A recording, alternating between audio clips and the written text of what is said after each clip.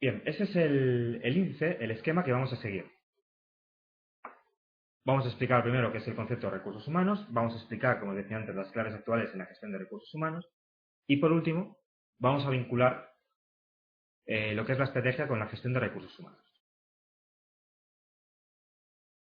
Empezamos con la parte de concepto de recursos humanos.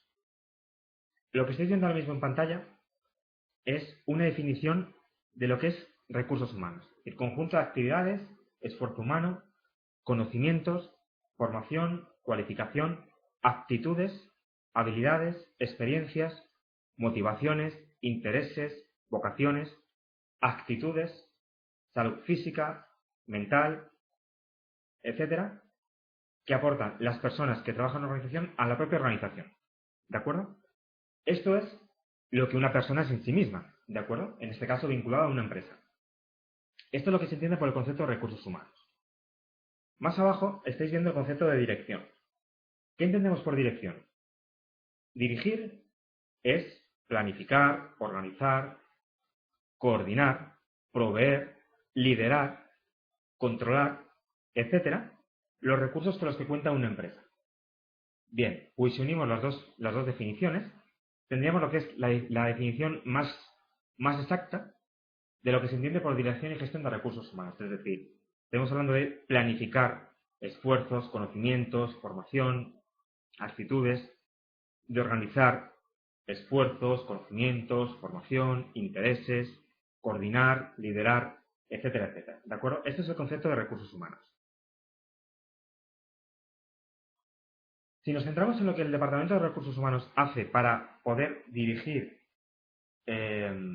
esas motivaciones, esas actitudes, esos intereses, ¿de acuerdo? Tenemos diferentes funciones, diferentes apartados, diferentes contenidos, que son la propia actividad del Departamento de Recursos Humanos. Por un lado tenemos la parte de estrategia, por otro lado tendríamos la planificación, tendríamos el apartado de desarrollo, la parte más administrativa, tendríamos por otro lado la parte de control y gestión, el apartado económico y lo que sería el apartado de relaciones laborales colectivas. Estas son las diferentes agrupadas en tareas generales, ¿de acuerdo? Las diferentes funciones, las diferentes tareas que se desarrollan dentro del Departamento de Recursos Humanos. Unas están siempre vinculadas a la otra, es decir, aunque parezca que hacer nóminas es algo independiente, es decir, que la parte más administrativa no influiría en la planificación, ¿de acuerdo? La parte administrativa permite, por ejemplo, llevar un control de bajas, de vacaciones, de absentismo, que permite planificar con mucha mayor precisión en qué momento vamos a necesitar cubrir puestos de trabajo vacantes dentro de nuestra compañía, ¿de acuerdo? Incluso se pueden utilizar datos estadísticos basándonos en históricos de la compañía para poder ejercer esa planificación, para poder diseñar la estrategia de la compañía o para incidir en aspectos económicos como podría ser la retribución. Si concretamos un poquito más esto, ¿de acuerdo? Estaríamos hablando de, dentro de lo que es la parte de estrategia, estaríamos hablando de orientar o ajustar o alinear lo que se hace en el Departamento de Recursos Humanos, ¿de acuerdo? Con los objetivos generales de la empresa, con la estrategia general de la compañía. Esta es la función principal del Departamento de Recursos Humanos, ¿de acuerdo? En el Departamento de Recursos Humanos no se inventa nada. Lo que se hace es dar apoyo, dar soporte para conseguir que la empresa consiga sus objetivos, consiga aplicar sus estrategias y que el factor humano vaya en la misma línea, en la misma consonancia que el resto de la compañía. ¿De acuerdo? Lógicamente, para definir estrategias, esto también lo vamos a ver más adelante, hay que tener en cuenta los factores internos y externos tanto a nivel macro y a nivel micro en el que se mueve la compañía, en el que se mueve la empresa. La otra función, la otra tarea principal sería la administración. Aquí estaríamos con toda la parte más burocrática, todo lo que tiene que ver con cálculo de nóminas, con salarios, con despidos, con las retenciones del IRPF. Si nos vamos a relaciones laborales, estaríamos hablando de una parte también legal, una parte jurídica, una parte de obligación, pero desde un punto de vista colectivo. Es decir, firma de convenios colectivos, negociación de convenios colectivos, gestión de conflictos colectivos, por ejemplo una huelga, ¿vale? ERES, o lo que sería actos jurídicos, es decir, representar a la empresa en actos judiciales que tenga que ver en este caso con el ámbito de lo social, del ámbito de lo laboral. Por ejemplo, pues una reclamación de cantidades o una reclamación por un despido improcedente que realiza un trabajador en la empresa.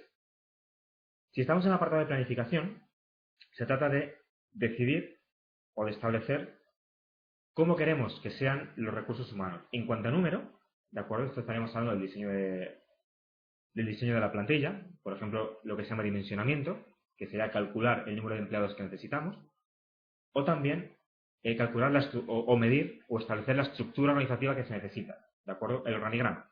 Cómo debería estar organizado para mejorar la comunicación, para fomentar la participación de los trabajadores, etcétera. También estaría dentro de esto el diseño de puestos, dentro de lo que sería la descripción de puestos, dotar de contenido a los diferentes puestos de trabajo, y eso es algo vivo y que además va cambiando con el tiempo.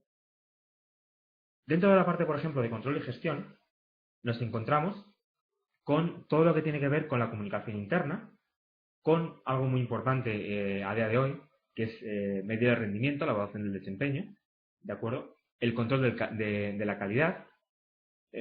Aquellos, no sé si sabéis alguno de vosotros o no, de aspectos de calidad, de las normas 9001, de las ISO, de las CFQM, otro tipo de normativas. Bueno, en todas ellas, el factor humano, la gestión de recursos humanos es factor clave. Entonces, el tema de la calidad, el tema de que se cumplan estándares de calidad respecto a lo que tiene que ver con recursos humanos, también es un factor importante en la parte en la que depende del departamento propio de recursos humanos. Otro apartado sería el de desarrollo. Aquí estamos hablando de todo lo que hace que las personas, el recurso humano que ahora mismo controla la empresa, ¿de acuerdo?, mejore, ¿de acuerdo? Una de las cosas que es diferente entre los diferentes recursos que controla la compañía es que, por ejemplo, los recursos financieros pueden crecer, por ejemplo, vía intereses, o puede crecer porque entremos en diferentes gastos, ¿de acuerdo? Si hablamos de recursos materiales, los recursos materiales se deprecian, se amortizan con el uso, ¿de acuerdo? Empeoran, son menos productivos. En cambio, el recurso humano es algo que no se amortiza, es decir, no empeora, ¿de acuerdo? Sino que a medida que acumula experiencia, a medida que se le forma, a medida que tiene, por ejemplo, una mejor motivación, aporta más a la compañía. Es algo que no se devalúa, sino que todo lo contrario, incrementa el valor que puede aportar a la compañía su presencia en el tiempo. Con lo cual, fomentar el desarrollo, la mejora continuada de los recursos humanos que están al servicio de la empresa, hace incrementar el valor de la propia compañía. ¿De acuerdo? Aspectos económicos. Aquí, sobre todo, estaríamos en la parte que tiene que ver con el control de costes, salarios, ya no en el cálculo, sino el control, por ejemplo, de ratios de cuánto es el coste salarial de la compañía, cuánto es la productividad, cuántas ventas se producen por cada empleado, cuestiones de este tipo, ¿de acuerdo? Y, por supuesto, los niveles de retribución y todo lo que tiene que ver con las políticas de compensación y beneficios, ¿de acuerdo? Planes de beneficios sociales, políticas de retribución variable, etc. Por último, he incluido el tema de prevención de riesgos. En algunas compañías lo encontraréis como una función que se desarrolla desde el Departamento de Recursos Humanos, en otras no. En otras lo encontraréis vinculado, por ejemplo, a un departamento de calidad, a un departamento incluso de medio ambiente, de lo que se llamaría gestión integrada, ¿de acuerdo? Y no algo como propio del Departamento de Recursos Humanos. Pero también puede estar. También es una función que se puede desempeñar desde el Departamento de Recursos Humanos y que desde luego al Departamento de Recursos Humanos le influye. Le influye a nivel, por ejemplo, de que si no se cumple hay sanciones, le influye en el sentido de que hay bajas laborales y esto afecta a la productividad, afecta a la parte administrativa, afecta a los costes, etcétera. ¿De acuerdo? Con lo cual sí que es una parte importante del Departamento de Recursos Humanos, se gestiona o no directamente desde el propio departamento. Bien, la dirección de recursos humanos en la compañía responde a tres aspectos. Uno, a la estrategia empresarial. Ya lo decía antes, el Departamento de Recursos Humanos debe alinearse con lo que es la estrategia de la empresa. ¿De acuerdo? Debe responder a la cultura y a los valores. La cultura y los valores es lo que una empresa es y lo que además nunca puede dejar de ser. ¿De acuerdo? Si en la cultura de una empresa está la orientación al cliente, ¿de acuerdo? El dar mucho servicio al cliente. Desde recursos humanos, el objetivo principal es inculcar el servicio al cliente en todas las personas que forman parte de la compañía. Porque eso es uno de los valores de la empresa, uno de sus activos, y lo que identifica a la empresa frente a los clientes, ¿de acuerdo?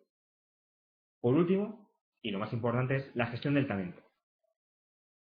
La gestión del talento, que entendemos por atraer talento a la compañía, gestionar el talento que ya está en la compañía, por ejemplo, haciendo hincapié en esa parte de desarrollo que ya hablábamos antes, y, por supuesto, retener, es decir, conseguir crear un entorno en el que la gente quiera seguir permaneciendo en nuestra compañía, tener una retribución competitiva frente al resto de compañías de nuestro sector o de otro sector, etcétera. Siempre, insisto, cumpliendo con la estrategia empresarial, ¿de acuerdo? Respondiendo a los planes estratégicos que tiene la compañía y adaptándonos a lo que son la cultura y los valores de la empresa, ¿de acuerdo?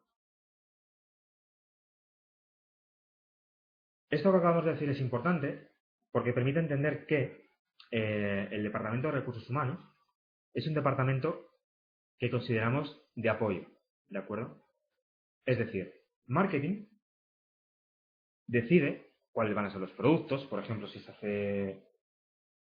se cuenta, por ejemplo, con un puesto de trade marketing o de category manager, definición de categorías de producto.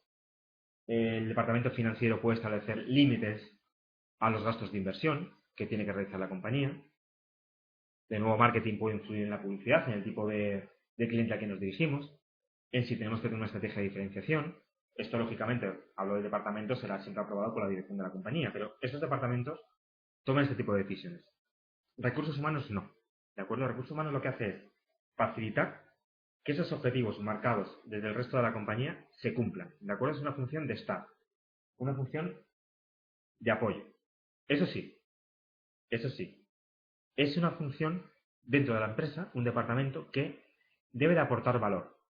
Es decir, si una empresa decide, como decía antes, que su objetivo es dar mucho servicio al cliente, ¿de acuerdo? Es decir, que el cliente se siente importante y que se le preste un servicio especial, muy diferente a lo que pueda tener la empresa de la competencia, desde recursos humanos se tienen que tomar medidas para que esto se cumpla. Formación, comunicación interna, establecimiento de, por ejemplo, protocolos y protocolos de actuación en la atención al cliente, etcétera, etcétera. Es decir, se tiene que influir para tomar valor en lo que es la empresa, ¿de acuerdo? Hay que tener en cuenta que el recurso humano, el factor humano, es el único recurso en posesión de la empresa, de acuerdo, que la empresa, por decirlo de alguna forma, puede controlar, que genera ventaja competitiva, ¿de acuerdo? Explico esto. Si nos centramos, si hablamos de grandes compañías, imaginaros Movistar, Vodafone, Telecom en otros países, o Orange, ¿vale? Si nos centramos en estas compañías, a nivel de recursos financieros, el dinero que tienen, el dinero que poseen, las inversiones, todas tienen mucho, ¿de acuerdo? Todas tienen mucho. Tanto que es posible que no notáramos la diferencia entre unas y otras a la hora de cometer, por ejemplo, una campaña de publicidad y contar con la mejor agencia de publicidad del mundo. Todas posiblemente lo podrían hacer.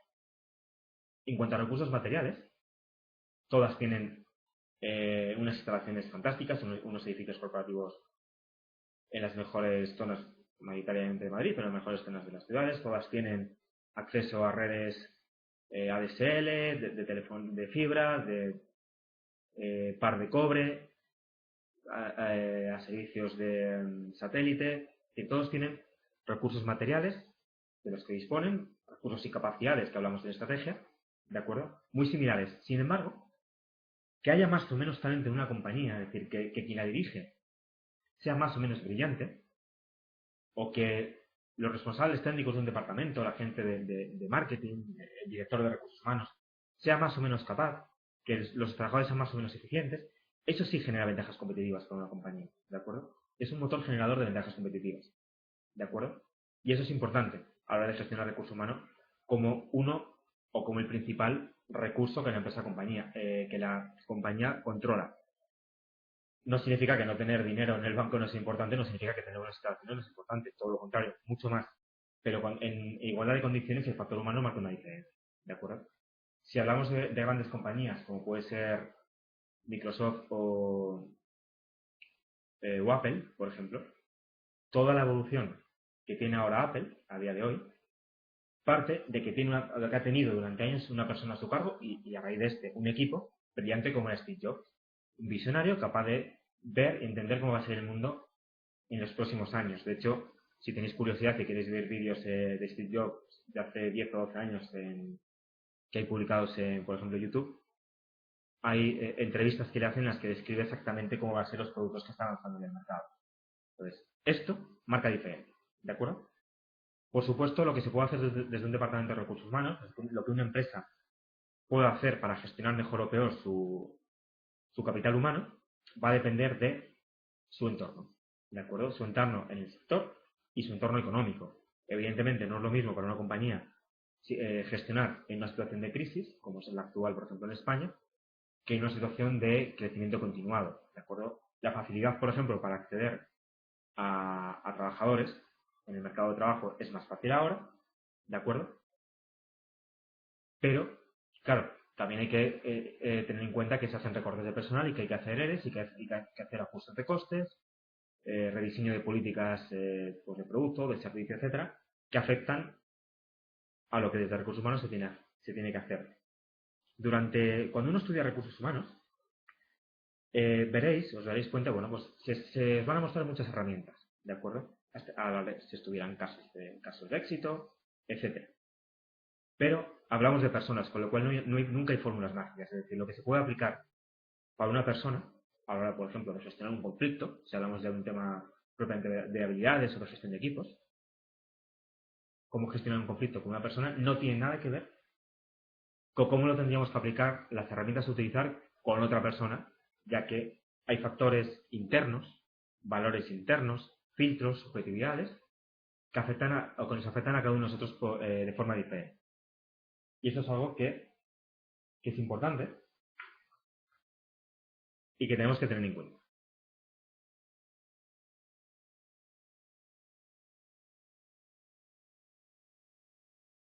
Muy bien, pasamos a hablar de las claves actuales en la gestión de recursos humanos. Aspectos que a día de hoy a las empresas le preocupan a la hora de gestionar correctamente sus recursos humanos. Primero, la atracción del talento. Esto es fundamental a día de hoy. Algunos aspectos que destaco de lo que tiene que ver con la atracción del talento. Lo primero, el reclutamiento. El reclutamiento clásico o el reclutamiento 2.0. Es decir, cómo conseguir que el talento, los trabajadores, quieran trabajar en mi empresa. Esto, si pensamos en España, bueno, esto es sencillo, yo pongo un anuncio en InfoJobs, si el día siguiente tengo, dada la situación del país, tengo prácticamente 1000 candidatos. Vale, esto es cierto. Pero, claro, de esos 1000 candidatos te valen los 1000. Bien, porque tener 1000 candidatos no es realmente interesante. Lo interesante es tener muchos, sí, pero que sean válidos, es decir, y que realmente puedan, cuando se incorporen a mi compañía, aportar valor. Que los valores de mi compañía casen con los valores de su compañía. Que estén motivados por trabajar en mi compañía. Es decir, no que vengan a mi empresa solamente porque necesiten tener ingresos. Eso ya es un factor de motivación importante. Sino también porque lo que yo les puedo ofrecer, mi proyecto, a ellos les resulta interesante y quieren aportar, quieran darle valor. Decía, claro, viendo la situación de crisis de España, dices, bueno, esto parece relativamente sencillo.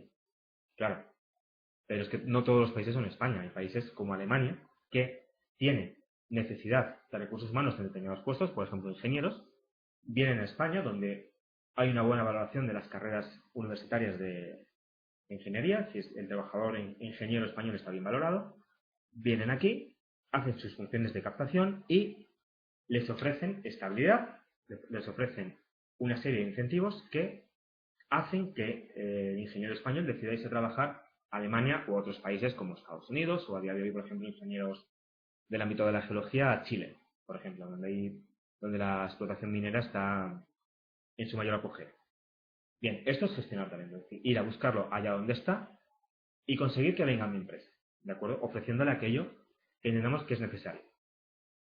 También es importante el tema de identificar el talento que ya está en la compañía. Muchas veces tendemos a buscar fuera, a invertir en acciones de reclutamiento y pensamos que alguien que esté ocupando en nuestra compañía en un determinado puesto no le puede interesar cambiar de puesto, promocionar, dar oportunidades, etcétera, etcétera. Esto es algo que las compañías a veces se olvidan. Y es un factor importante, identificar el talento que ya está con nosotros, ¿de acuerdo? Aunque no sean las funciones que ya está desempeñando. Esto implica tener una base de datos actualizada, tener, por ejemplo, sistemas de evaluación del desempeño, conocer bien a la gente que trabaja en nuestra compañía. Evidentemente, desde recursos humanos no se puede conocer a todos si estamos hablando de una multinacional. Pero sí que, si hablamos de una caída en cascada a nivel piramidal en un organigrama, sí que es fácil recibir informes de gente que podría desempeñar otro tipo de funciones, que tiene talento, que tiene potencial. Un aspecto importante a día de hoy en la gestión de recursos humanos y lo que tiene que ver con la atracción del talento es el trabajar con colaboradores.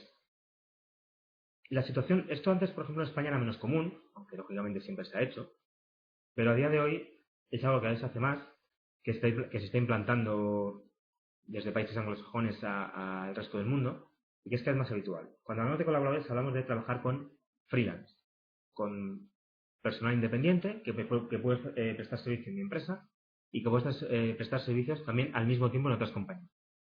Es común que empresas no muy grandes, que pymes, tengan un responsable, un departamento financiero, ¿de acuerdo? No hablo de una asesoría, hablo de un profesional, un trabajador, pero que no forma parte, digamos, de la estructura interna de la compañía. Es decir, no está asalariado, sino que se le paga por servicios. Esto es algo cada vez más habitual. Y antes, profesiones en las que nunca se hacía, cada vez se está haciendo más. Si hablamos, por ejemplo, desde el punto de vista de publicidad, de diseño gráfico, de comunicación, es muy común. También es muy común, por ejemplo, en temas de recursos humanos, cuando hablamos de temas de formación, incluso de selección para puestos directivos, contar con un headhunter externo, insisto, no como compañía, sino con un colaborador, incluso con programadores informáticos, etcétera, ¿vale? Es algo cada vez más común. Y un tema mucho más novedoso todavía, y que está ahora mismo quizá en su mayor expansión, en su mayor apogeo, es el tema de la gestión del emprendimiento. ¿Qué implica esto? Gestionar el emprendimiento significa que la empresa puede promover los medios para que los trabajadores que ya están en la empresa desarrollen proyectos alineados con lo que es el objeto de la empresa, su función, ¿de acuerdo? Y en los que la empresa participe, por ejemplo, a medias o en una parte proporcional, con el trabajador que tiene la idea y que lo quiere desarrollar. ¿De acuerdo? Es decir, nuevas ideas, nuevas oportunidades, que si no se fomenta desde la empresa se perderían y que son oportunidades de negocio que posiblemente se hagan desde fuera. Y por otro lado, lo que sería el emprendimiento clásico, el emprendimiento de toda la vida, ¿de acuerdo? Donde gente que monta negocios, que puede ser alineados más o menos con la línea, con el objeto de nuestra compañía, bueno, pues de alguna forma las compañías buscan ahora participar, ¿de acuerdo? Os voy a poner un ejemplo para que entendáis esto último mejor. No sé si conocéis el proyecto Guaya de Telefónica. El proyecto Guaya es un proyecto en el que Telefónica es consciente de que no puede acceder a todo el talento que hay en el mundo, no puede contratar a toda la gente brillante que existe en el mundo. Pero no se quiere perder, en la medida de lo posible, las nuevas oportunidades que existen en el mundo para nuevos proyectos empresariales. Es decir, no quiere quedarse fuera del nuevo Facebook, del nuevo Angry Birds, etc. ¿De acuerdo? Entonces lo que lanza es una campaña en la que propone que los emprendedores le presenten proyectos y si le gustan, si entiende que están vinculados al core de su negocio, que son interesantes, que tienen desarrollo, lo que hace es que financia a este trabajador y montan, vamos a decirlo así, una empresa media, su capital riesgo, ponen dinero y si la empresa funciona, si sale adelante, Telefónica se queda con una participación de ese negocio. ¿De acuerdo? Claro, esto se hace, insisto, porque Telefónica no puede controlar todo el talento y porque, si esto os preguntas a vosotros, que entiendo casi conoceré la respuesta, si a alguno de vosotros se os ocurre una idea de negocio que pensáis que puede facturar 5 millones de euros al año, estoy seguro que no se lo contaréis a vuestro jefe, que os lo queréis vosotros, y le trataréis de montar por vuestra cuenta. Pues esto Telefónica lo sabe, y lo que hace es incentivar esto, de tal forma que se queda con un 10, un 15, un 20% de participación y apoya el proyecto. Esto es un ejemplo de atracción del talento. Otro ejemplo, más clásico, sería Microsoft. ¿De acuerdo? Esto es un concepto más de reclutamiento. Microsoft, en sus inicios, lo que hace es que identifica las universidades de Estados Unidos más prestigiosas, con las mejores carreras en temas de informática, o vinculadas al mundo de la programación, y acude a ellas, identifica a los estudiantes con las mejores notas, que ya han acabado o a punto de acabar, y les hace una oferta para incorporarse a su compañía. Esto es una práctica de reclutamiento muy activa, donde aquellas personas que vienen demostrando durante años un nivel de resultados en cuanto a notas y en cuanto a capacidad alto, hablo de notas porque se mide el esfuerzo y la capacidad, ¿de acuerdo? Les hace una oferta para incorporarse a su compañía y a cambio les ofrece, para incentivar su participación, su incorporación a la compañía, uno, tener acciones de la compañía, no desde el inicio, pero sí un poquito más adelante, lo que se conoce como stock option, ¿vale? Esto ya lo veremos, si estuviera más adelante. Y también les ofrece un proyecto muy motivador, y estamos hablando de los inicios de Microsoft, cuando Bill Gates, su proyecto era cambiar el mundo, poner un PC en cada mesa, en cada casa, y cambiar el mundo. Esto hace que mucha gente pues se incorpore a la compañía de Microsoft, mucha gente con mucho talento, muy capaz. Lógicamente, una vez que entran, lo que hacen es identificar, por ejemplo, el talento para dirigir equipos, para liderar, etcétera, etcétera, con lo que ya se hace una función de desarrollo.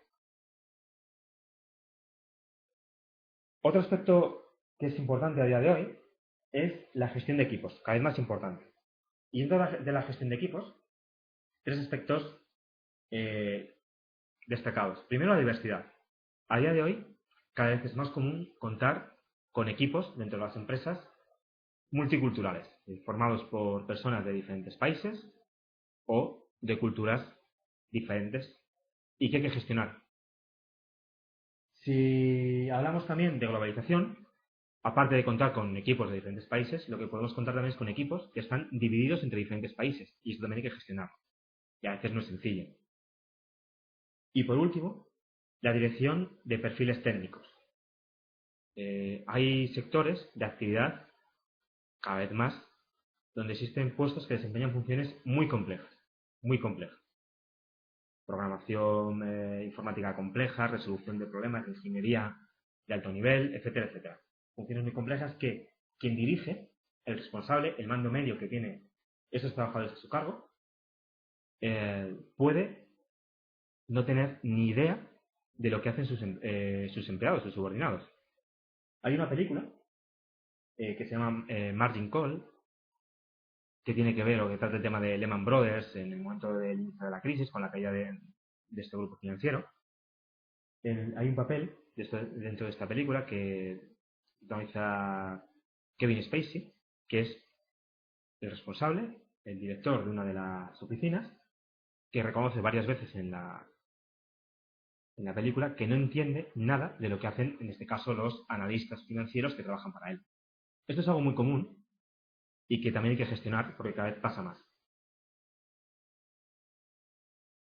Os pregunto, y espero que me respondáis alguno en el chat, si tuvierais que gestionar un equipo formado por miembros de diferentes países, por ejemplo, Alemania, de la India, de Brasil e Italia, ¿cómo lo haríais? Espero respuestas. ¿Qué se os ocurre?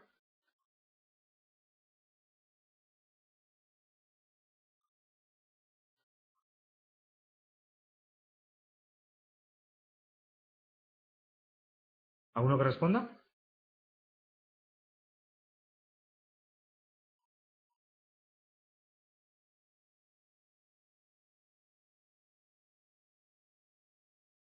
Bueno, trabajando todos juntos o cada uno en su país de origen.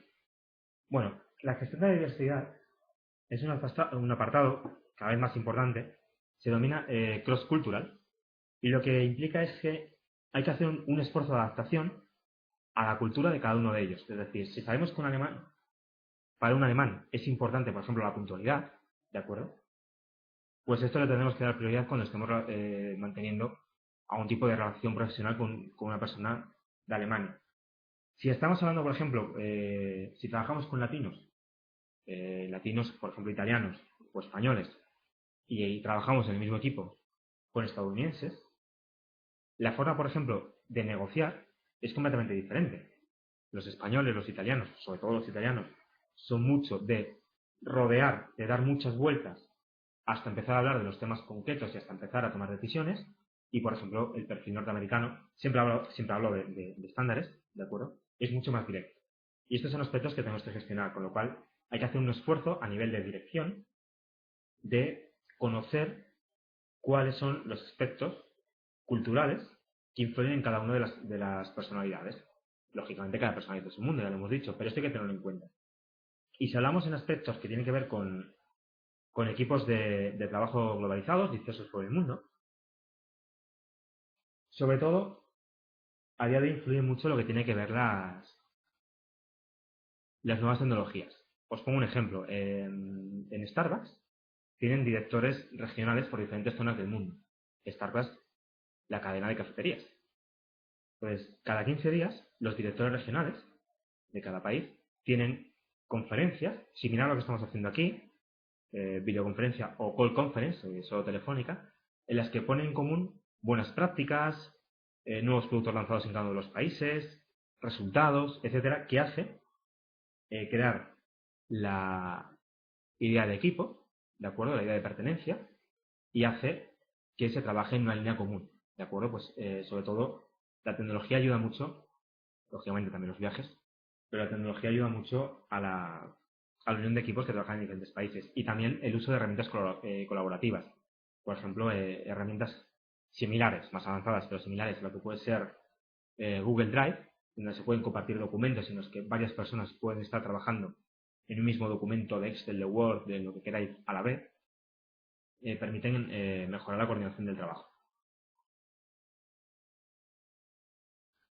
También preguntaros, aquí pondréis enfrente de un equipo de ingenieros informáticos que realizan funciones tareas, tipo funciones complejas, tipo algoritmos difíciles para la resolución de problemas.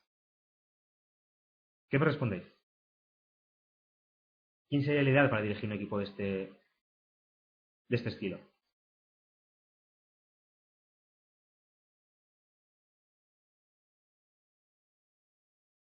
¿Qué se os ocurre?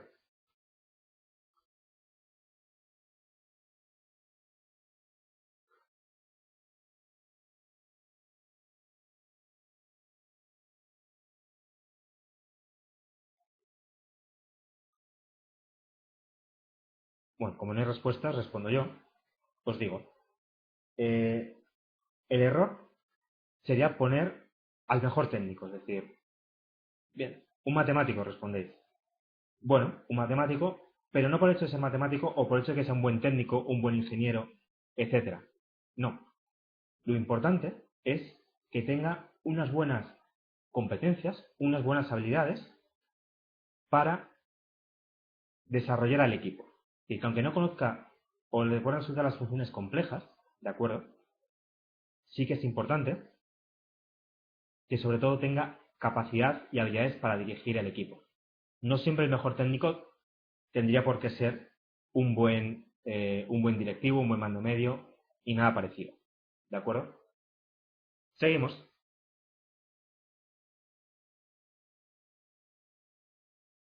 Bien, cultura y valores.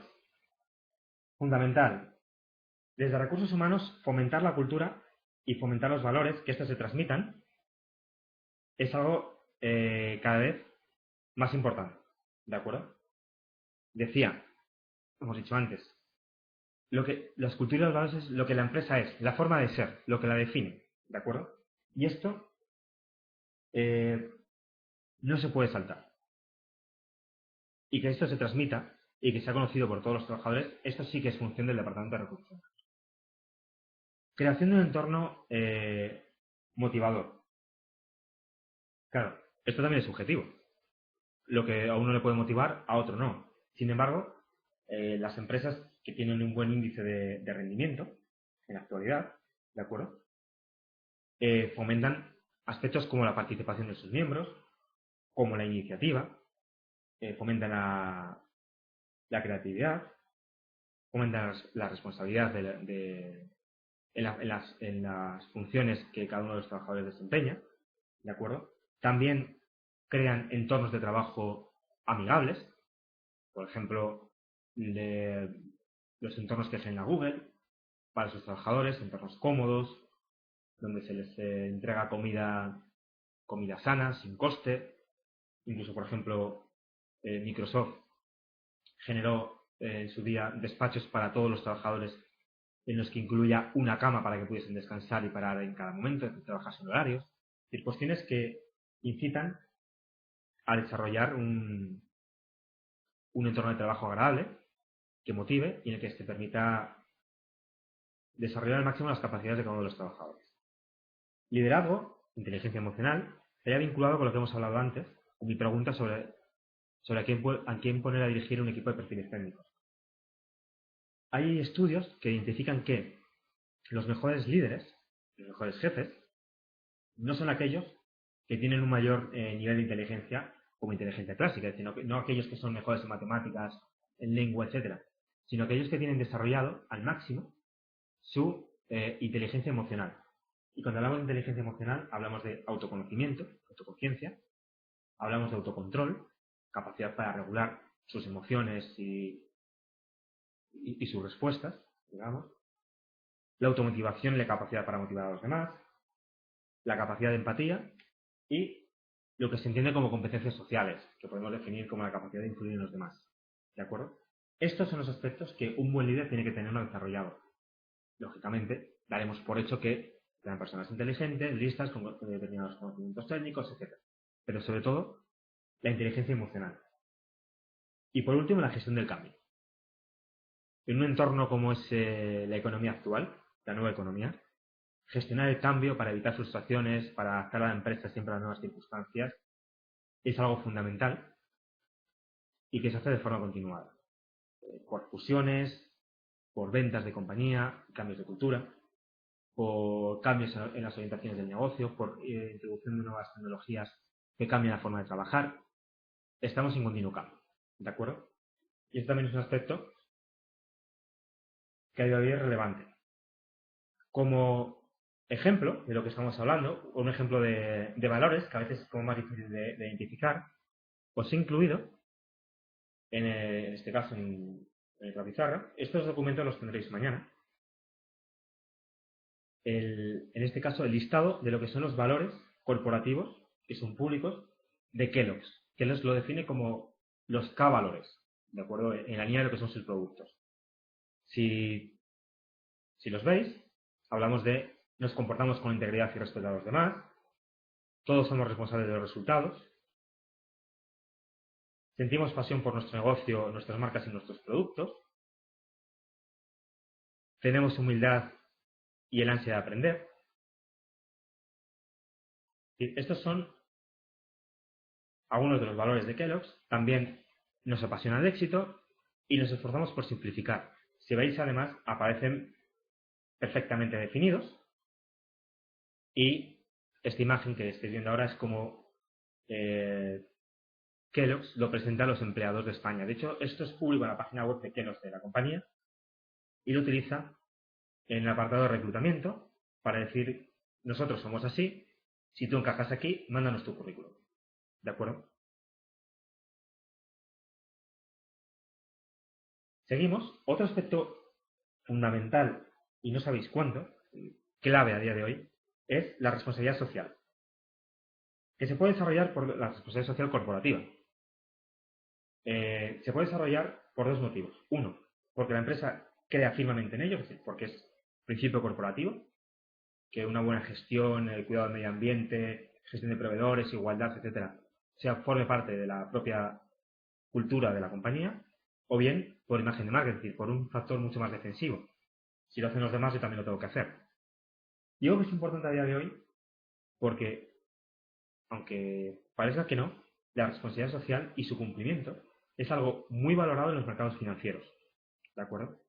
Nadie se arriesga a meter dinero a invertir en una compañía en la que mañana, por ejemplo, aparezca una fotografía suya en la que haya niños trabajando, por ejemplo, niños de África trabajando, porque esto haría automáticamente decaer el prestigio de la compañía, automáticamente caerían las valoraciones de sus cotizaciones, por ejemplo, en bolsa, y automáticamente el inversor habría perdido su parte de su dinero, de su inversión, y además esto es muy difícil de sacar adelante, con lo cual la responsabilidad social es muy importante para las empresas.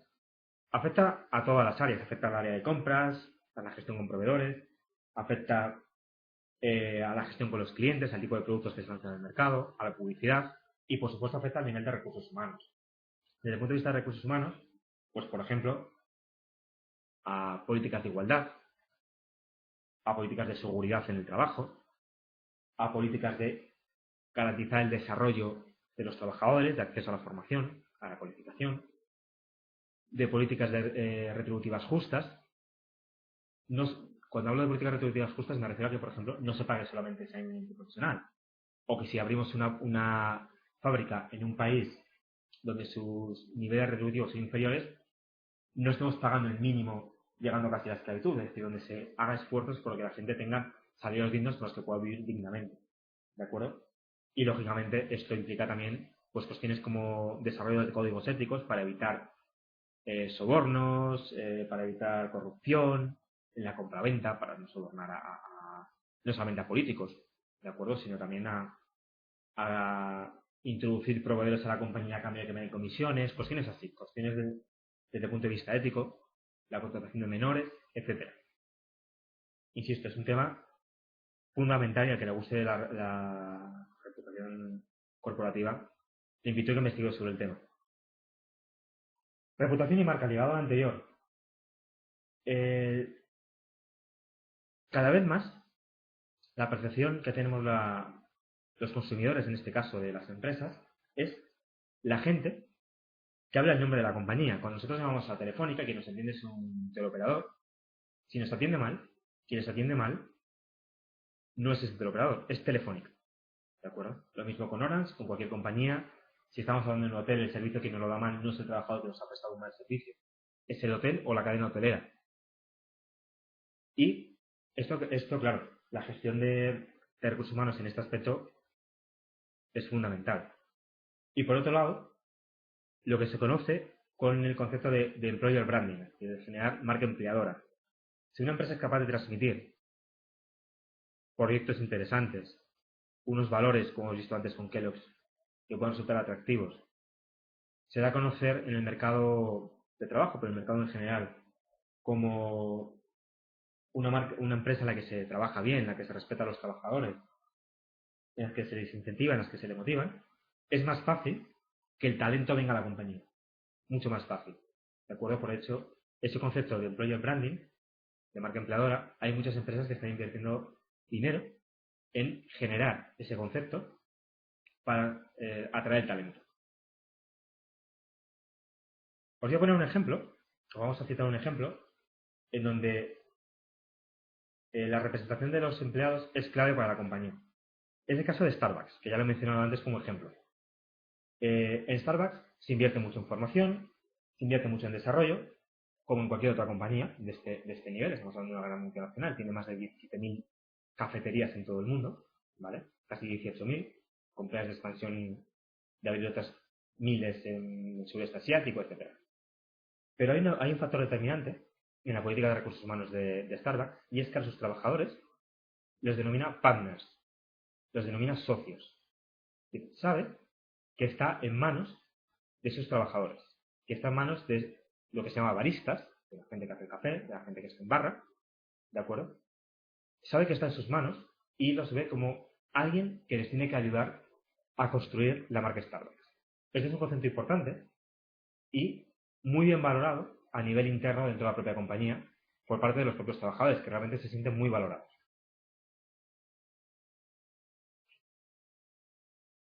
Aspecto también muy importante, fundamental a día de hoy, que es el control de la actividad y la mejora de la productividad. Claro, teniendo en cuenta la situación, por ejemplo, en este caso de la economía europea, de la economía española, a nivel de costes, a nivel de reducción de ingresos, de acceso a la financiación, etcétera, el control de lo que hacen los trabajadores y la mejora de la productividad es un elemento determinante, ¿de acuerdo? ¿Qué se utiliza para esto? ¿Qué herramientas se utilizan en la evaluación del desempeño? El método que sea, 360 o no 360, ¿de acuerdo? La optimización de sistemas retributivos. Cada vez más se utilizan sistemas de retribución variable y beneficios sociales para incentivar el rendimiento. Además, por ejemplo, en España hay debate abierto sobre cómo se deben de negociar los próximos convenios colectivos, si tiene que haber más enfocado hacia la productividad, hacia resultados y no solamente, por ejemplo, a retribuir la estancia o la permanencia en el trabajo. Y son aspectos que cada vez son más importantes. Y sobre todo también el control de indicadores de CAPIs, cuadro de mando, para ver cómo evoluciona la compañía a nivel de actividad y a nivel de productividad. Lo que veis de fondo, la imagen, es un ejemplo de resultado en una empresa ficticia, no es un informe real, de clima social. Clima social es uno de los indicadores para ver cómo es la salud interna de la compañía a nivel de ambiente de trabajo, llegando ya con todo lo que hemos comentado anteriormente de entorno motivador. Y la evolución de los resultados de los diferentes parámetros que se analicen en las encuestas de clima, bueno, pues son indicadores, son KPIs relevantes para cómo se está desarrollando, cómo está evolucionando la propia compañía, insisto, a nivel de salud, pero que esto afectará a efectos de motivación, en el servicio que se presta al cliente, en la imagen externa que puede transmitir la compañía, etcétera. Esto que estáis viendo ahora de fondo es un ejemplo, se ve pequeño, ¿vale? Un ejemplo de cuadro de mando. Ejemplo de un listado de indicadores clave. Cada empresa decide los suyos a nivel de recursos humanos, a nivel de finanzas, de ventas, etcétera, para llevar un control de lo que es el propio desarrollo del negocio. Algunos ejemplos en recursos humanos, por ejemplo, mencionaba antes, producción dividido número de empleados, para saber cuántos productos se llegan a fabricar por el volumen total de empleados de la compañía, o volumen de ventas o volumen de beneficios dividido número de empleados, para saber cuál es la rentabilidad que sostiene cada uno de los empleados que participan en la empresa, ratios de absentismo, por ejemplo, de bajas voluntarias, de rotación, etcétera, etcétera. Indicadores que a la empresa le sirven para llevar un control. Bien, vamos a hablar un poco de la estrategia y de recursos humanos. Esta frase ya la hemos visto antes. Las personas constituyen un factor estratégico en la empresa generador de ventajas competitivas. Bien, permite establecer diferencias entre compañías. Pero, pregunta, y espero respuestas en el chat. ¿Se puede convertir los recursos humanos en el eje de la estrategia de la empresa? Sector turismo. Sí, sector turismo, el servicio es importante. Pero claro, por ejemplo, si nos centramos en paradores, lo importante es que esté un castillo.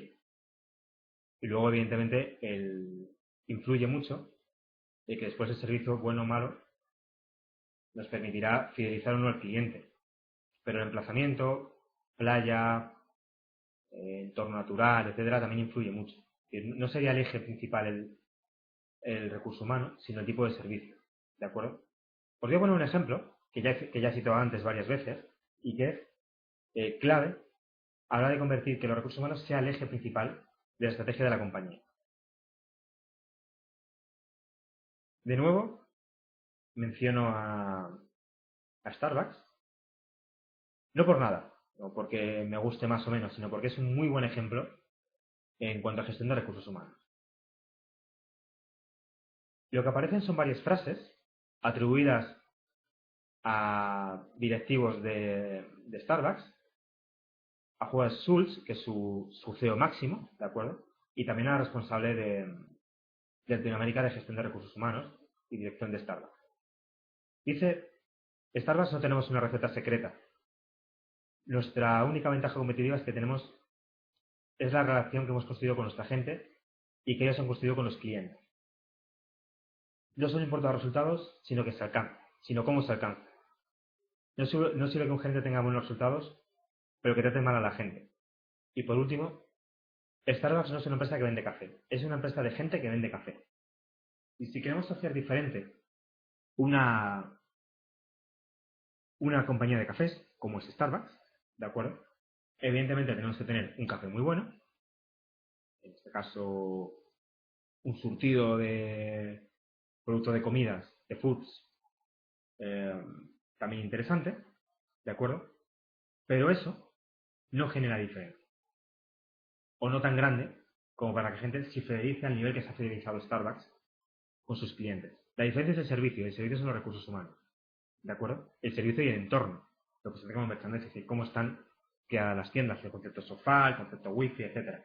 Pero el concepto de recursos humanos.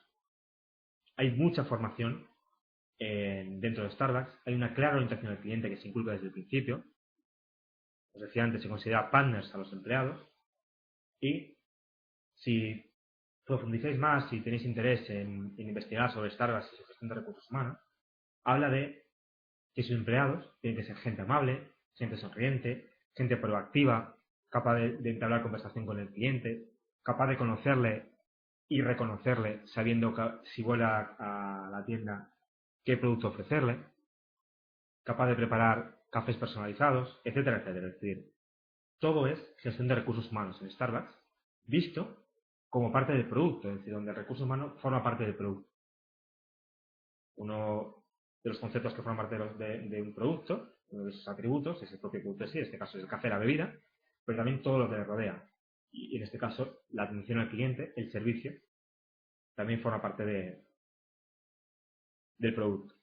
Bien, ya para casi finalizando, vamos a analizar los factores que tenemos que tener en cuenta a la hora de definir estrategias desde el punto de vista de recursos humanos en una compañía.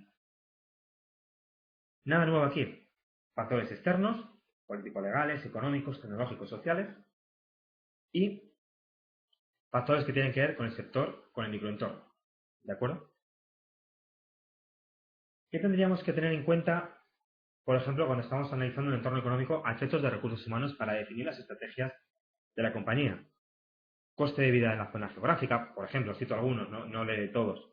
Salario medio que existe en la zona. Esto me permite saber en qué franja salarial me tengo que mover. No es lo mismo residir en una provincia como puede ser Zamora que hacerlo en Barcelona. El coste de vida es diferente y el nivel de retribución también es muy diferente, ¿de acuerdo? Y por supuesto las previsiones económicas, tanto del sector como macroeconómicas, como de la propia empresa que se prevén, porque esto me permitirá establecer políticas de mayor énfasis en la atracción de talento, por ejemplo en reclutamiento, o bien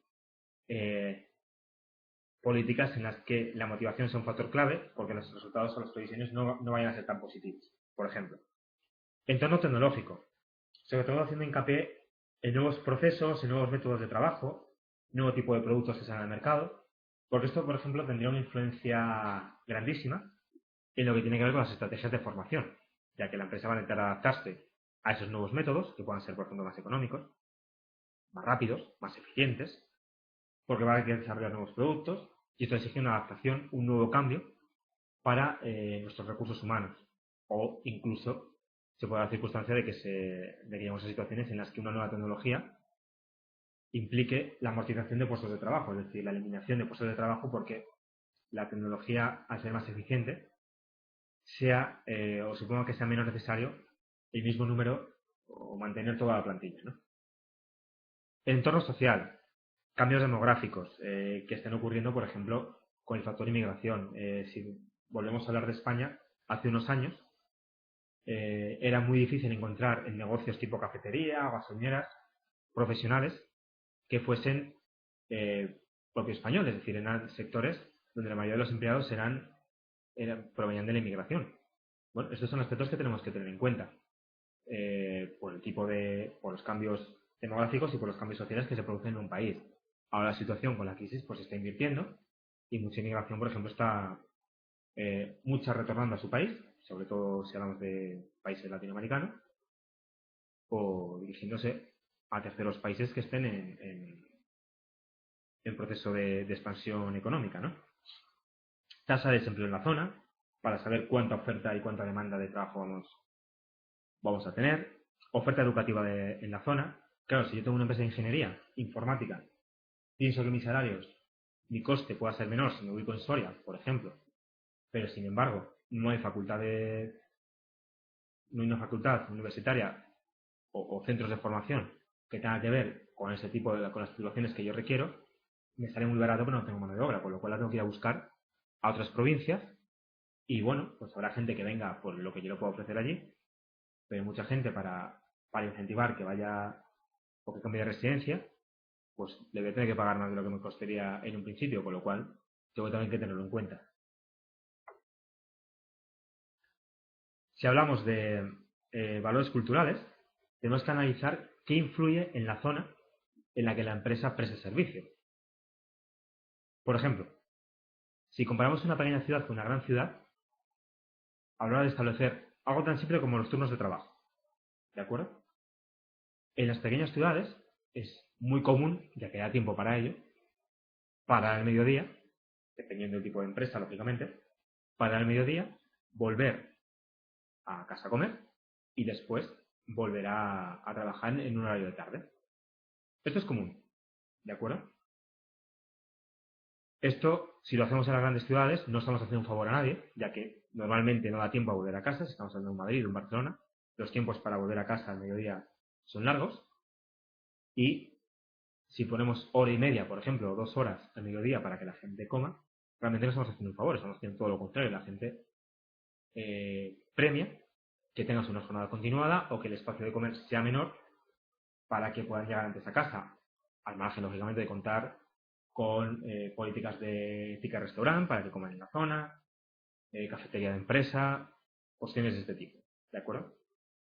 Y, por supuesto, en el entorno político legal, cuál es el nivel de intervención en el mercado de trabajo. Todo, por ejemplo, todos los cambios de reforma laboral que ha habido en España últimamente, pues influyen muchísimo en lo que una empresa puede hacer o dejar de hacer en sus políticas de recursos humanos y el poder de negociación que puedan tener stockholders, grupos de interés como sindicatos, patronales, etcétera.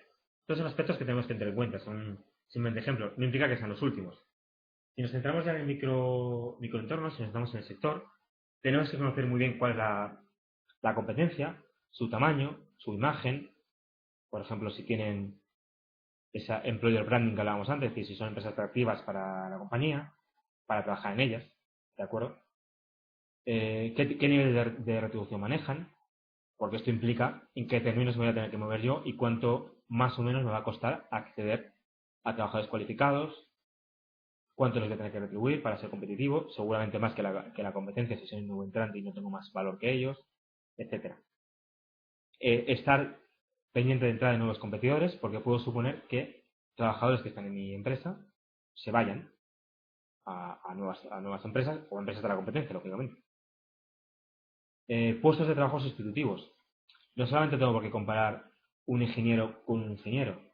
Es posible que un determinado puesto en mi empresa, en otro sector o en otras empresas, puede desempeñar más puestos. Con lo cual, a la hora de hacer un estudio, por ejemplo, de retribuciones, no tengo que comparar solo lo que llamamos puestos pares, sino que tendría que comparar también con otros puestos que puedan ser equiparables o que por perfil también se puedan desempeñar.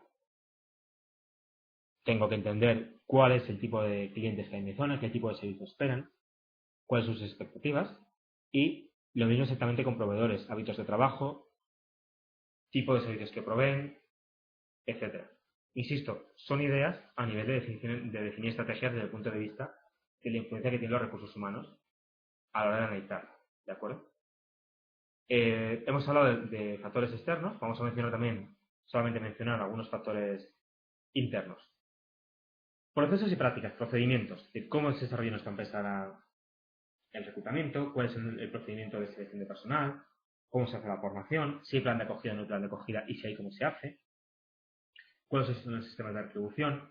Todo esto lo que tenemos que tener en cuenta es cuál es el método, ver si es óptimo o no es óptimo, cuáles son los resultados que se obtienen, los tiempos, los costes, etcétera.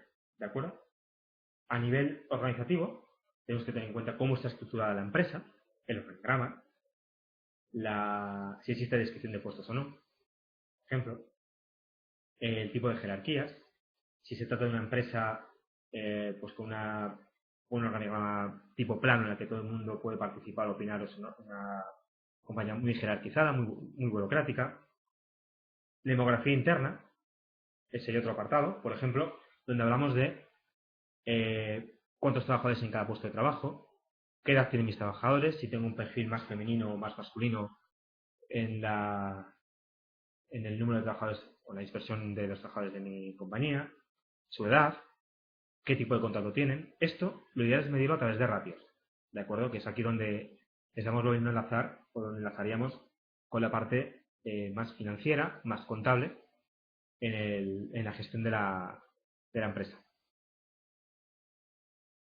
Niveles de cualificación. Aquí estaríamos hablando sobre todo de la parte de competencias y el estudio de potencial de cada uno de los empleados, ¿de acuerdo? ¿Cuáles son las competencias que se requieren para desempeñar las diferentes funciones, los diferentes puestos que hay en mi empresa, ¿de acuerdo? Y identificar el talento, como veíamos antes, la evaluación del potencial dentro de los trabajadores de mi compañía. Pongo un paréntesis matriz, porque podríamos hacer clasificarlos de mayor a menor rendimiento y de mayor a menor potencial, por ejemplo. ¿De acuerdo? Sería un ejemplo de matriz en la que poder clasificar a los empleados para hacer comparativas. Costes y productividad. Volvemos a hablar de ratios y volvemos a vincular la gestión de recursos humanos con la gestión de una parte más financiera y una parte de números. Hablamos de coste por empleados, ingresos por empleado, estamos hablando lógicamente otra vez de CAPIs, coste del personal sobre ventas, niveles de producción por empleado, etcétera, ¿de acuerdo? Lo mismo en los niveles de actitud y satisfacción. Niveles de asentismo, higiene, quejas y reclamaciones que presentan los trabajadores, nivel de conflictividad, huelgas, quejas de los clientes recibidas.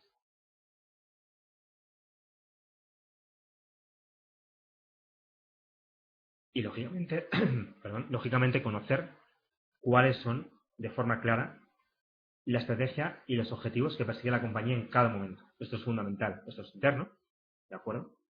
Pero conocer esto implica todo lo que tengamos que hacer en nuestra compañía y esto adaptarlo a todos y cada una de las sedes, de las instalaciones, de las oficinas en las que se dividirá nuestra empresa.